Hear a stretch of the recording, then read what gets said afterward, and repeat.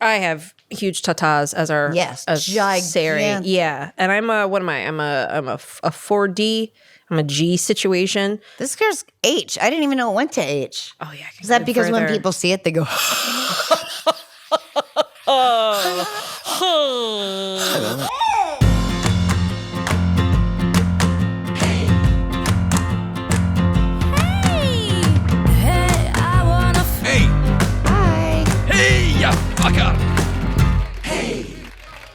Hi, everyone. It's your old pal, Sarah Silverman, and I am here with my very good friend, Kulap Vilaysack.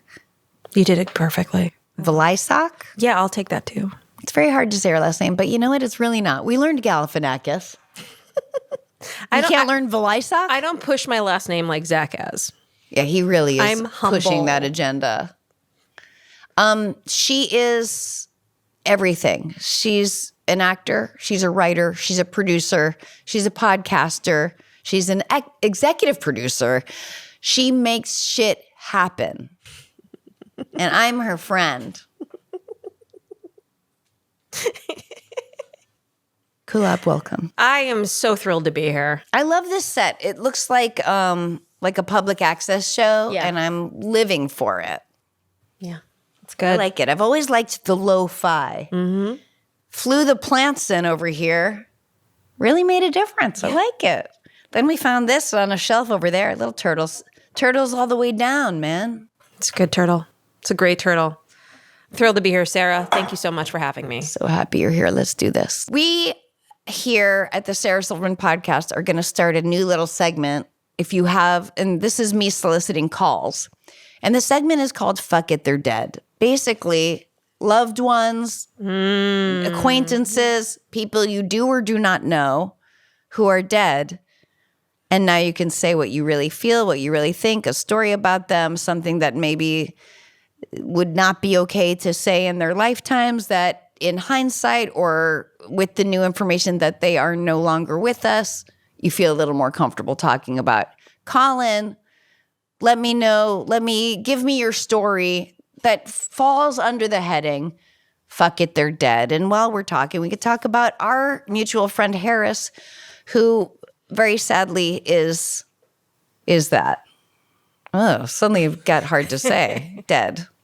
Can you even fucking believe it? I can't. Not even, yeah. And his sister who runs Lemonada, who created Lemonada, this podcast network. Stephanie Wittels Wax wrote an incredible book about Harris and him dying. I mean, I'm not a good reader. I'm a very slow-labored reader. And I read it I opened it and sitting in a chair and I ended it in that sitting in the chair. And it's like a real book. What I'm trying to say is I read a whole book. Yeah. But I loved it. She's a good person. Mm-hmm. I know how to read. You read one book. You wrote one book. You were the full package, baby. That's right. I mean, I don't have enough fingers. I have enough fingers to count. We're both grateful for our things. Our friend Harris died of an overdose 10 years. I think it's exactly 10 years ago. Yeah. That's crazy. Yeah, it's really crazy. We were both very close with him. He was the fucking funniest. Definitely, I would say. A rascal. An absolute rascal. An absolute rascal. I wish he was alive, but he probably would have been at least soft canceled at some point. Would he have been? Yeah. I think maybe I'll agree. I mean, I think so. Soft canceled. I think he'd have his way back, but he'd apologize though, and he'd find a way. He was so charming because he had a rascal. He had a heart of gold too. He had a heart of gold, and he was just the funniest. Absolute funniest. We hired him on the Sarah Silverman program. He was a young comedian. We had a slot. We had 5 slots for writers, and we wanted one to be a green, young, cooler than us. And Harris was just the ticket, and he very quickly became the strongest writer. He had fucking balls like you would not believe. He is a kid right out of college with a television job with a hot shit comedian. I'm talking about me. Hell yeah. Within weeks, had the fucking lips to ask for 4 days off. Why? Was it a wedding? A funeral? I'm going to guess. You're going to be right. Go on. Fish concert. Fish concerts. Fish concert. Fish concerts. The little prince was bold. He wanted a week off to follow fish, like weeks into his first ever writing job. A job he fought for. I really had to give him a speech and tell him how life is. Somehow, I don't know how this happened. He got that week off. He got that week off. And he wrote a whole episode about jam bands based on his love of fish. And we shot it. And the kid got his way. And he would find a way to get his way. In ways that you couldn't even imagine. You're thanking him. Yeah. Lunatic. Absolute genius. My favorite story when people were just, the kind of celebration of life after he died was so epic. And we heard all the funny, that's when we're just sharing, we're crying, we're sharing all the funniest stories. And then at a certain point you realize this is not fun. These stories are finite. Yeah. And there will be no more. But in that kind of moment of everyone saying their funny stories. Which are variations of the one that Sarah just told. Yeah. Basically. I mean, well, his penis is in my book. They actually said just pick one penis picture of him.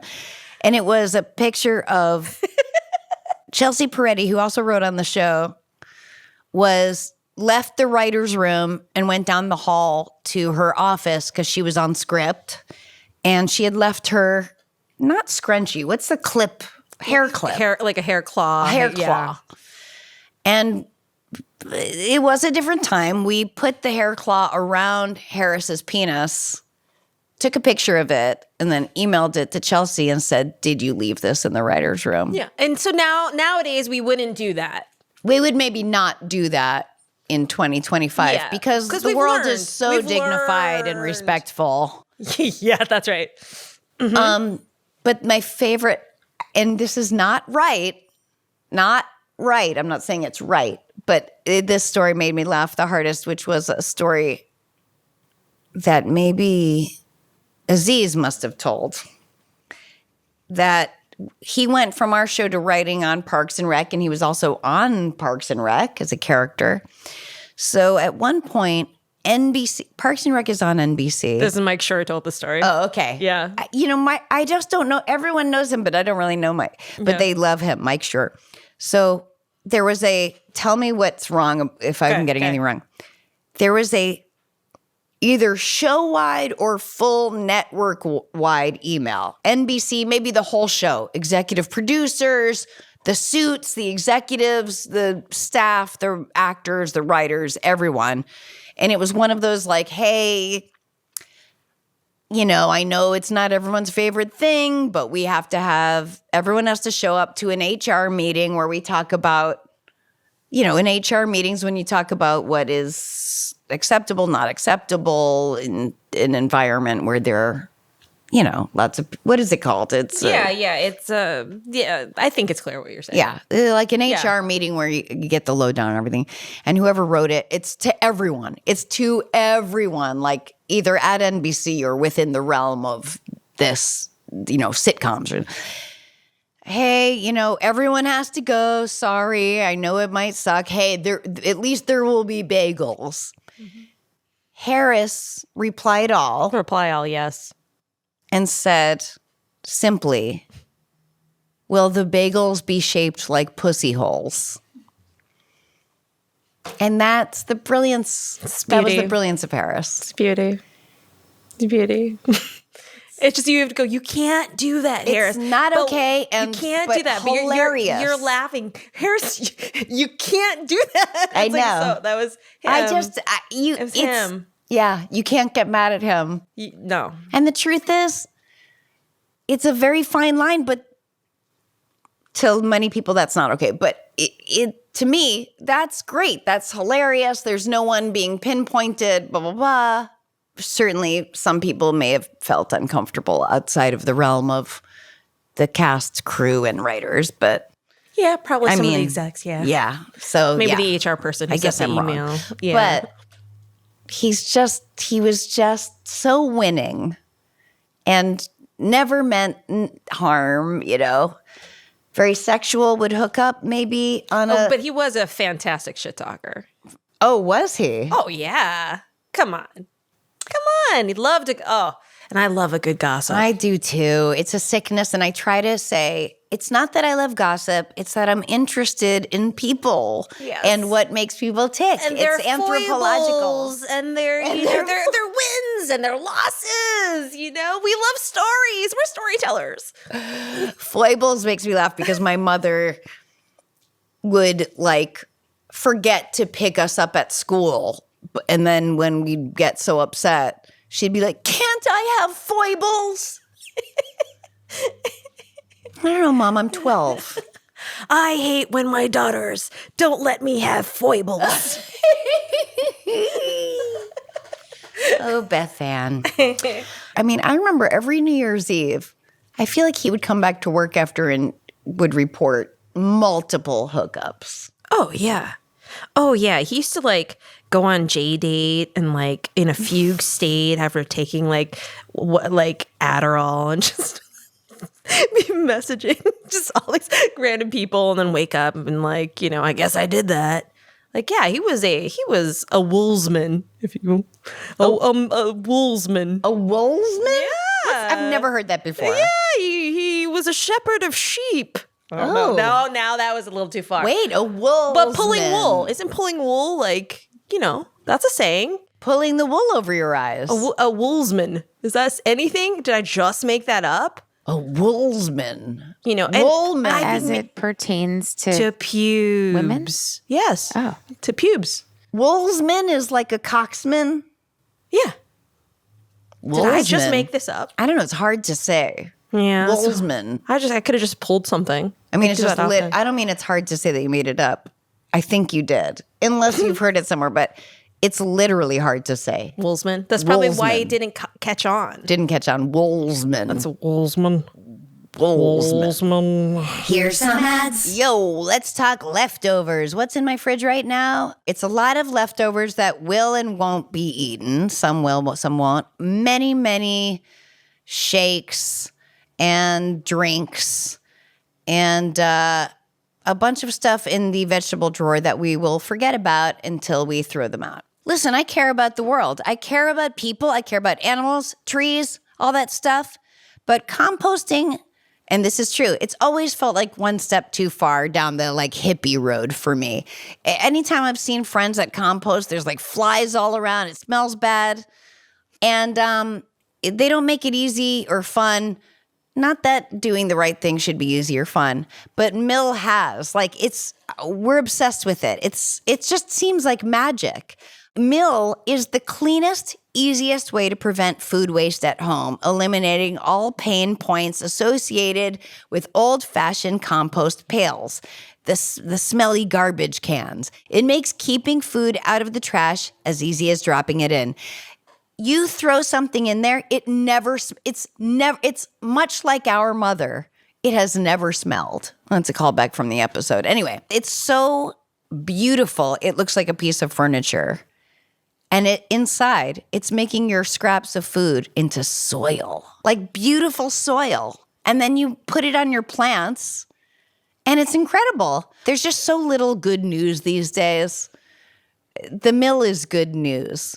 But you have to live with Mill to really get it. Good thing is you can try it risk-free and get $75 off with code SARAH. Visit mill.com/Sarah. That's mill.com/Sarah. You're welcome. And we're back. I found a list that my mother made in the early aughts that just says stuff I hate. I have a box of my mom's stuff I need to go through, still. You think you're going to pour through it. I think when you're the person dying, you think, they're going to pour through it. They're going to find all the things. It's been in my closet. But I did find this thing, stuff I hate. And boy, it's so funny how all over the place it is. But my mother was very passionate about social rights and everything, but also grammar, diction. It literally says like stuff I hate, racism. And then like the next thing is when people say nuclear.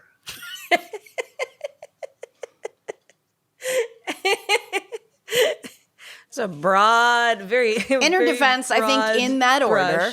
Okay, that's nice. So was it like in a like journal? Or was it like a loose leaf? A loose like lined piece of paper from like a notebook that she pulled out. It's just floating in this box of random like VHS tapes and cards and some interesting letters and stuff. But it's written like all over the sides, and a lot of it is like news readers talking like it's fashion or entertainment. News readers, speaking cavalierly about things that should have gravitas, or a lot of just what she saw on TV from her bed. But she had a lot of opinions, and she was probably right about a lot of it. She's like, it's funny because my sister's a rabbi, and it's like organized religion and their hypocrisy with whatever. I love that she kept it. And do you think it was like an ongoing thing that she would come back to? Probably because it's like she's basically like using every inch of this one page as if there's no other paper in the world to use. I think that needs to be framed. I know. But it's needless to say both sides. So I'll have to pick a side. Or all right. Why don't we take a call? Okay, let's do it. You left me a message. Now I'm playing it for the world. Let's hear some voicemails. Hi, Kulap. This is Marina from California. And I was calling because I wanted to ask what your experience was like working on Children's Hospital. I love that show so much, and I thought that Rob Corddry is like one of the funniest, kind of most underrated guys alive. And it seems like like a total unhinged blast to work on that show. So would love to hear about your experience being on it. Thanks. Oh yeah, Children's Hospital was the best, and it was one of the first sort of like kind of like big breaks in a way. And also I got to play Nurse Kulap, and that's fun. That's fun to be. It's like there's only one Nurse Kulap, But I got to work with like all these like big brother type figures that I was around at UCB, and to just like get to play and to like it's just only Was only it a great lot people. of improv, that one, or? Yes. God, it's so long ago. I feel like I did an episode of it. Like I can picture being on the set, but I don't remember what I was, or maybe I was just visiting. In the Valley. No, I'm sure. Because you had Corddry, you had Rob Hubel, and Malin Ackerman, and Lake Bell, and David Wayne created it with Corddry. And it was like kind of one of the first like really popular like web series that but then it went on Adult Swim. Exactly. I want to say that's right. I could be wrong now that I think about it, but I think that's right. Like it started as, but maybe I'm totally off. Sorry, Rob. All right. Should we take another call? I feel like I didn't answer the Children's Hospital to what the listener would have wanted because years have passed and I'm old. Yeah, I know. But I recall it being enjoyable and I loved it. Yes. Here's some inside. I don't have any inside. Let's take another caller. Caller, you're on the air. Hi, Sarah. I don't want to be one of these people who rambles on and on. Too late. But you're speaking right now about breasts and your large breasts. And I just had breast reduction surgery 4 weeks ago. I was a double H, and all the women in my family have huge boobs. And I just hated them my whole life. And they were down to my waist, and my nipples pointed at the ground, and they swung around. And So I your ears hang low. had to wear bras that were like iron, and they hurt. And I'm still sore, but I'm really happy. So I just wanted to like give you that little I'm turning into one of those people. Okay, stop there. And so the second thing was, the real question is, after the election in November, for like 2 months I could barely get out of bed and felt that the world was coming to an end, and I hated everything and everyone, and really felt that it was over. And as a comedian, how did you, like, if you felt that way, which I'm guessing that you probably did, how did you make it through that and stay funny? Or were you not able to for a while? My name is Sari, and I love you. That's In the what end. you call me. Sari. There's a two-parter, so can we adjust both things, please? Okay. Do you want to reduce them titties?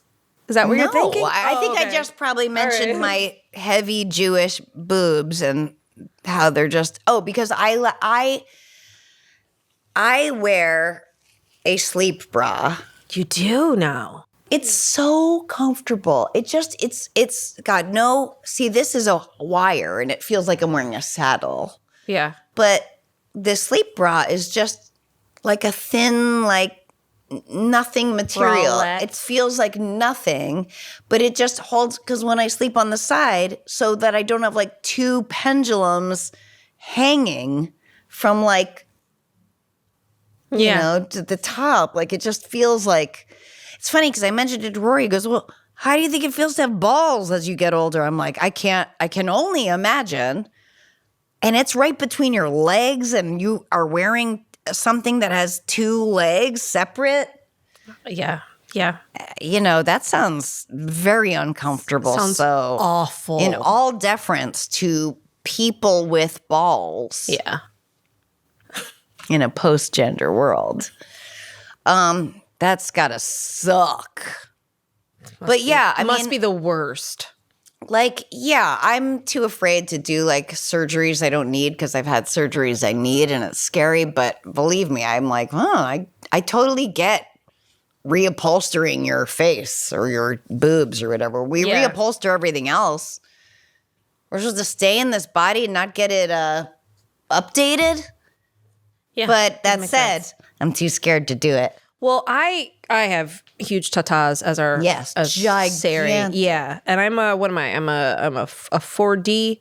I'm a G situation. This girl's H. I didn't even know it went to H. Oh yeah, Is that because when people see it, they go,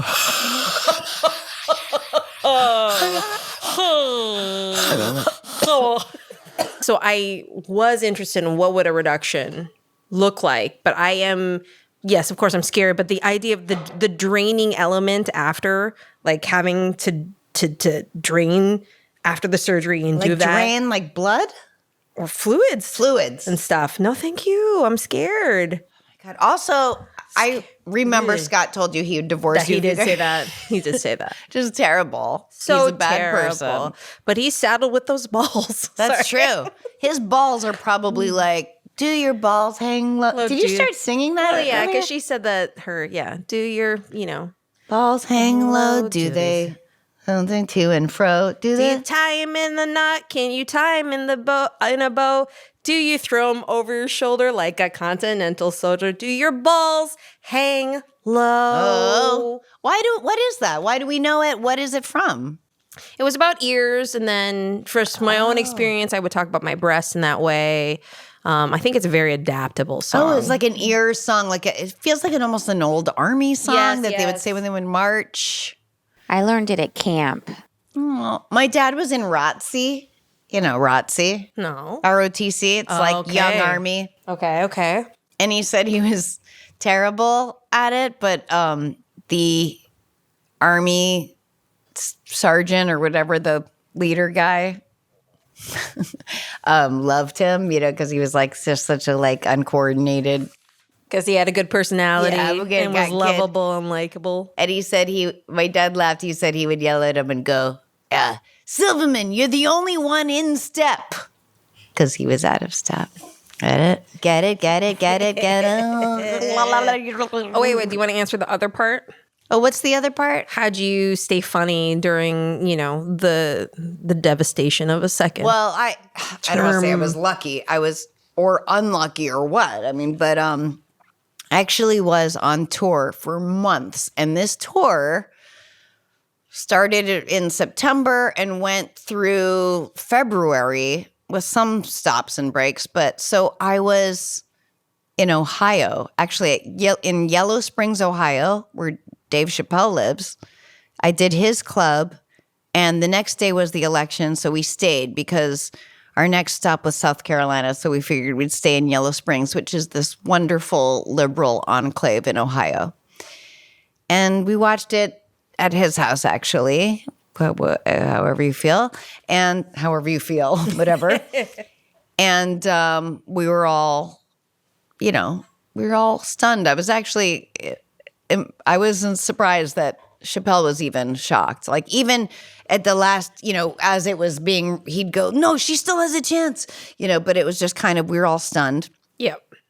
Now, the next day, I've got to go to Kentucky, fly to South Carolina, all these, states that are red states that voted for Trump. And I am just super bummed, scared, all the things.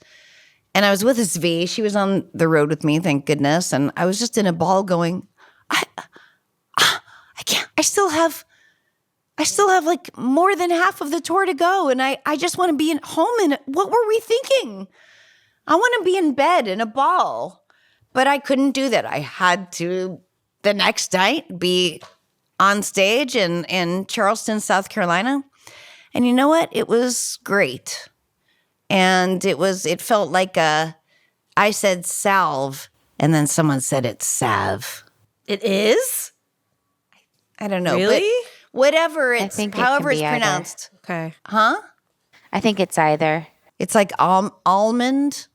or almond. What? Almond? Almond? They call it almond in like the South. Okay, so L's are silent? Is that... I don't know. Okay. Anyway, it was, luckily that show, not luckily, it's about my parents dying, but it is just void of politics, just by circumstance. So, and also people who come out to see me wherever I am, especially if I'm in South Carolina or Georgia or wherever, there's so many people that need this right now, that want to be in a room with, like-minded people and just be together in these times, So it was, I remember I added a sentence to the beginning, not that it was that tight, it's not a script, but I remember I go, well, I got to see something, but, the show just isn't, and I just said, well, who knows what fresh hell we're in for, but we're here together now, and my job is to entertain you, and I'm gonna. And that kind of just got us into the right whatever. And it was actually, for me, it was hard in the beginning, but it was a great way to not deal, because when you're on tour, you really can't think about anything else. You're either packing, unpacking, traveling in a car, on a plane, in a thing, getting to the next theater, doing sound check, grabbing something to eat, doing a show, going to the next place. It's wonderful in that there is no time to really think about anything that's going on in your life, in the world, the micro, the macro of it all. All you're thinking about is tour, show, writing, finishing getting the hour into a good place. And it was very, I don't know if it's therapeutic or it's avoidance, but it worked. It was all of that. Now I'm home. I have no material. I'm starting over. I am completely afraid. It's so torturous. And people go, well, do old stuff and then just add some new stuff. I don't know. I'm done with it. So it's like not in my brain anymore. It's not, I don't know. And also it's like, so I do old stuff. That does well. What is the point? Right, because you want to I'm work out working new on new stuff. stuff. Yeah. I got to do new stuff. Anyway. Did I answer it? I did. I think so. Here's some ads. Hey, everybody. You know, fall is for easy stuff, a time to gather strength before the big holiday seasons hit. Simple stuff, easy meals, easy outfits, and, you know, the same goes for makeup, right? A little glow, a little lift, a little whatever, and you're done. Boom. I go like this, boom, boom, boom, rub it in, bye. It's not about doing more, it's about enhancing what's already cozy and good. You know, California fall isn't big scarves and boots, it's still sunny half the time, so the makeup is usually light, but still there's like something about small traditions that come with the changing seasons. They just feel good. That includes updating your makeup look. Thrive Cosmetics has everything needed to complete any fall look. Every product is 100% vegan, cruelty-free, and made with clean, skin-loving ingredients that work with the skin, not against it. Using Thrive Cosmetics does more than enhance your glow. It helps others shine too, with over $150 million in products and cash donated to 600 plus giving partners. Every purchase directly fuels real impact. That's beauty with a purpose. Right now, they have this one mascara you actually need in your drawer. It's Liquid Lash Extensions. It's vegan, it's long-lasting, it's clump-free, it's really easy to remove. The great thing is that you can pair it with Infinity Waterproof Eyeliner for smudge-proof, high pigment definition, and brilliant eye brightener to make eyes pop instantly. Complete your fall look. Go to thrivecosmetics.com/Sarah for an exclusive offer of 20% off your first order. That's Thrive Cosmetics, cause like CAUSEMETICS.com/Sarah. And we're back. Should we take another call? Yeah, let's do it. Surprise us. Hi, Sarah. It's your friend Alicia. I have been having dreams about an old boyfriend. And, you know, I'm in my 50s now. It's been a really long time, Gross. 30 plus years since I saw or talked to this person. But I've been having dreams about him. And I just wonder what you think about that. I've asked some of my other friends, and they think I should try to contact him. What? But I don't really care to do that. He's probably happy in his life. I'm happy in my life. Just wondered what you thought. Bye.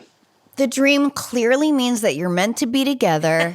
You've got to find him. Whatever he's doing in his life, he needs to get a divorce or do whatever. Clearly, your dream is not going to lie to you. No.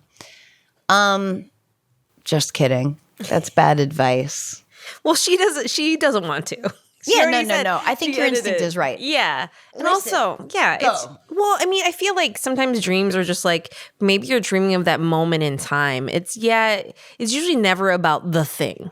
No, it's about I had a therapist once, she would say, everyone in your dream is you, represents some element of you.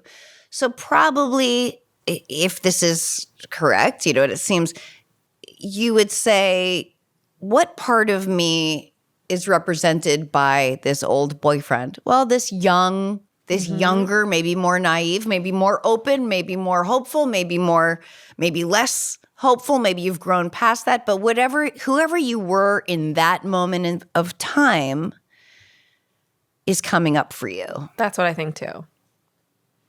And maybe you need to meet her again or think about that or explore that.